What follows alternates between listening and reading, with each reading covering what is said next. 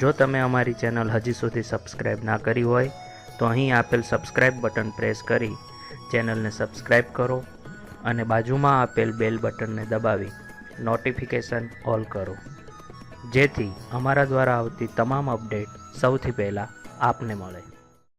ધોરણ 5 સત્ર 2 પર્યાવરણ સૌની આસપાસ. પ્રકરણ 8 રસોડાનું વિજ્ઞાન. પ્રવૃત્તિ 1 આહારમાં વિવિધતા. વર્ણન. નીચે દર્શાવેલા હેતુની નોંધ કરો. હેતુ: ખોરાક તૈયાર કરવા માટે રસોડામાં કઈ કઈ વસ્તુઓ જરૂરી છે તે જોવું. સાધનો: ગેસની સગડી, કુકર, તવો, આડણી, વેલણ, જુદા જુદા અનાજ, મસાલાઓ, પાણીનું માટલું. પદ્ધતિ: આપણા શરીરના વૃદ્ધિ અને વિકાસ માટે તેમજ સારી તંદુરસ્તી માટે વિવિધ ઘટકો ધરાવતો સારો અને પૌષ્ટિક ખોરાક જરૂરી છે.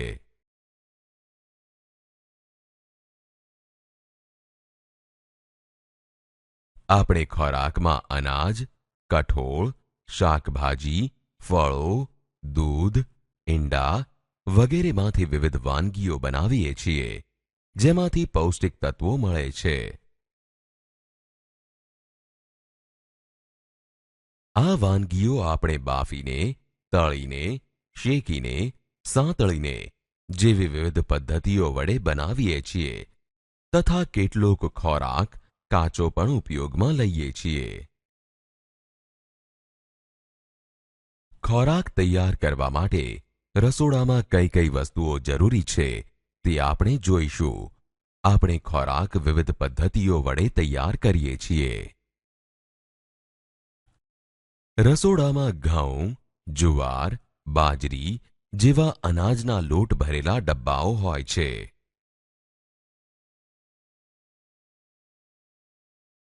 ખોરાક તૈયાર કરવા માટે રસોડામાં મીઠું, હળદર, મરચાં, ધાણા જીરું, ખાંડ જેવા મસાલાઓ જરૂરી છે. રસોડામાં થાળી, વાટકી, પ્યાલા, તપેલી જેવા વિવિધ વાસણો જોવા મળે છે.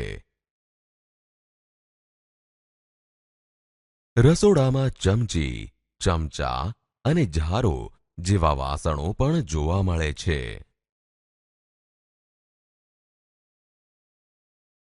રસોડામાં ખોરાક રાંધવા માટે પાણીની જરૂર હોવાથી પાણીનું માટલું હોય છે.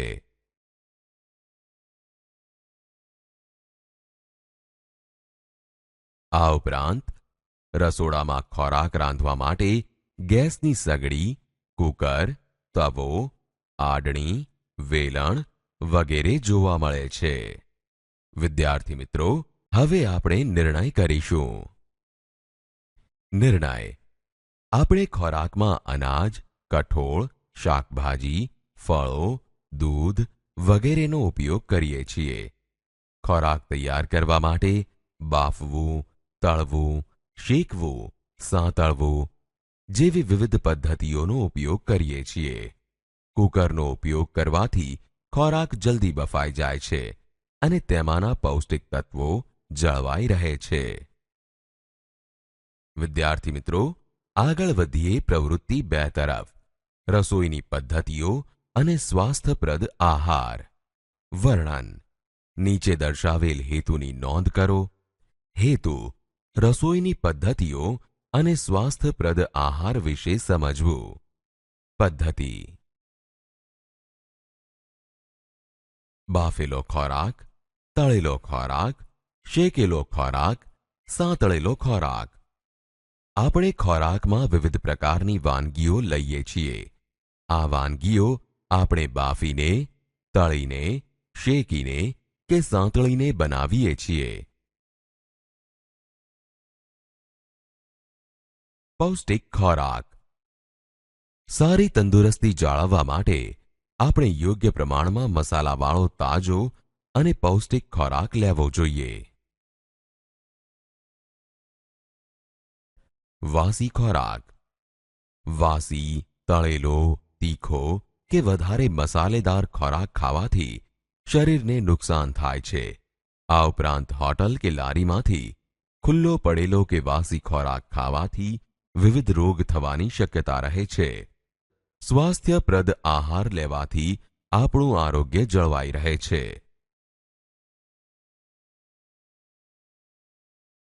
ક્રમ: વારનું નામ, શું જમ્યા, સવારે, સાંજે.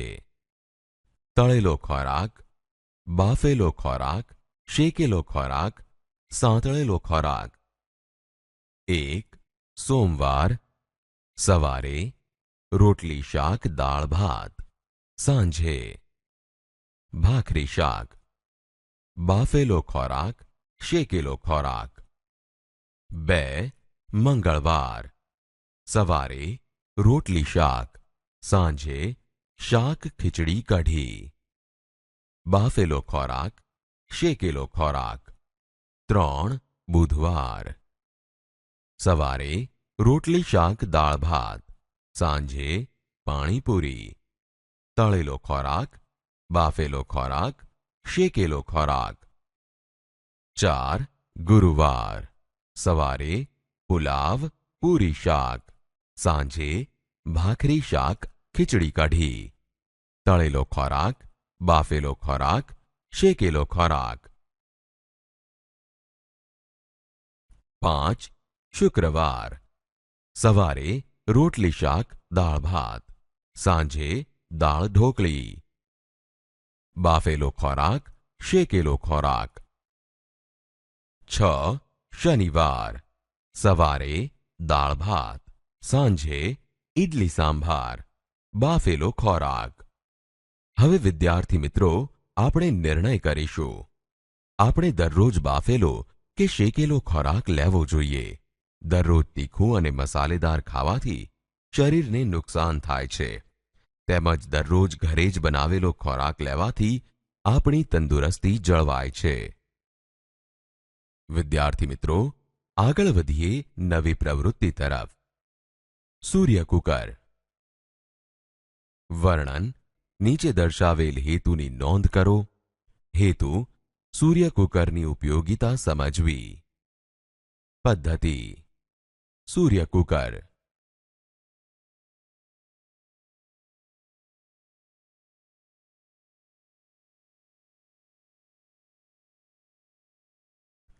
પ્રકાશ ઊર્જા, ઉષ્મા ઊર્જા. સૂર્ય એ પૃથ્વી પરની ઊર્જાનો મુખ્ય સ્ત્રોત છે. સૂર્યમાંથી આપણને વિના મૂલ્યે ઉષ્મા ઊર્જા અને પ્રકાશ ઊર્જા મળે છે. સૂર્યકુકર.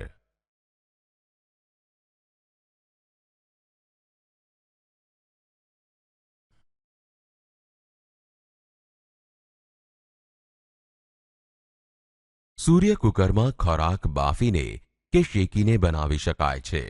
સૂર્યકુકરમાં બાફીને કે શેકીને બનાવેલા ખોરાકમાં તેના પોષક તત્વો જળવાઈ રહે છે. વળી ખોરાકના ગુણ અને સ્વાદ કુદરતી સ્વરૂપમાં જળવાવવાથી ખોરાક ઉત્તમ ગુણવત્તાવાળો બને છે. સૂર્યકુકરમાં સૂર્યની ઊર્જાનો જ ઉપયોગ થતો હોવાથી બળતણનો ખર્ચ થતો નથી. હવે વિદ્યાર્થી મિત્રો, આપણે નિર્ણય લઈશું. સૂર્યકુકરમાં સૂર્યના તાપમાં શેકાયેલો અને વરાળથી બફાયેલો ખોરાક કુદરતી સ્વરૂપમાં સ્વાદ તથા ગુણ ધરાવે છે તથા પોષક તત્વો જળવાવવાથી ખોરાક ઉત્તમ ગુણવત્તાવાળો બને છે. વિદ્યાર્થી મિત્રો, હવે આપણે નવી પ્રવૃત્તિ તરફ આગળ વધીએ. પ્રવૃત્તિ 4. આહારના મુખ્ય 6 રસ. વર્ણન: નીચે દર્શાવેલ હેતુની નોંધ કરો. હેતુ: આહારના મુખ્ય 6 રસ વિશે જાણવું. પદ્ધતિ: આહારના મુખ્ય 6 રસ. જીભ. કડવો, ખારો, ગળ્યો, ખાટો, તુરો.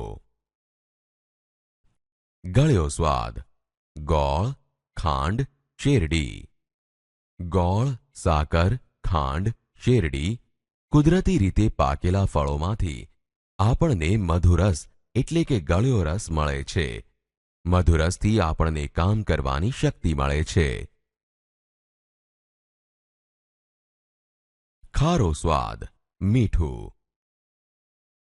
ખારો રસ મુખ્યત્વે મીઠામાંથી મળે છે. મીઠા વગર રસોઈ મોળી એટલે કે સ્વાદ વગરની લાગે છે. તાવ ઓછો કરવા કપાળ પર મીઠાવાળા પાણીના પોતા મૂકવામાં આવે છે. ખાટો સ્વાદ, દહીં, કેરી, સંતરા. લીંબુ, આમલી, ટામેટા, કોકમ, આમળા, કાચી કેરી, દહીં, છાશ વગેરેમાંથી ખાટો રસ મળે છે. ખાટા રસથી પાચન ક્રિયા સારી થાય છે. કડવો સ્વાદ, કારેલા, મેથી, લીમડો. મેથી, કારેલા વગેરેમાંથી કડવો રસ મળે છે. કડવા રસથી ભૂખ લાગે છે તથા શરીર નિરોગી રહે છે. કડવો રસ જંતુનાશક છે. તુરો સ્વાદ, હળદર, સોપારી. વિવિધ કઠોળ, સોપારી, હળદર વગેરેમાંથી તુરો રસ મળે છે. આ રસ શરીરમાંથી ચિકાશ, કફ વગેરે દૂર કરે છે. તીખો સ્વાદ, મરચા, લસણ. મરચું, અજમો, રાઈ, મરી, આદુ, લસણ, તજ, લવિંગ વગેરેમાંથી તીખો રસ મળે છે, જે પાચક રસ ઉત્પન્ન કરે છે. તીખો રસ ખોરાકમાંના હાનિકારક જીવાણુઓનો નાશ કરે છે.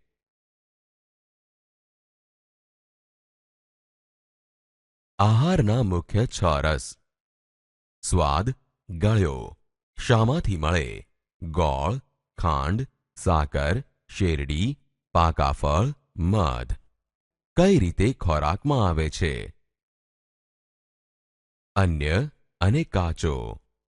ખારો, મીઠું. કાચો, બાફેલો, શેકીને, તળીને. ખાટો, દહીં, કાચી કેરી, સંતરા, લીંબુ, આમલી, ટામેટા. કાચો. તીખો, મરચા, લવિંગ, મરી, લસણ, અજમો, સૂંઠ. અન્ય, બાફેલો, શેકીને, તળીને. તુરો, હળદર, સોપારી, કઠોળ. કાચો, બાફેલો, શેકીને, તળીને. કડવો, કારેલા, મેથી, લીમડો. અન્ય, બાફેલો. વિદ્યાર્થી મિત્રો, હવે આપણે નિર્ણય લઈશું. આરોગ્યની જાળવણી માટે આપણે દરેક રસ પ્રમાણસર લેવા જોઈએ.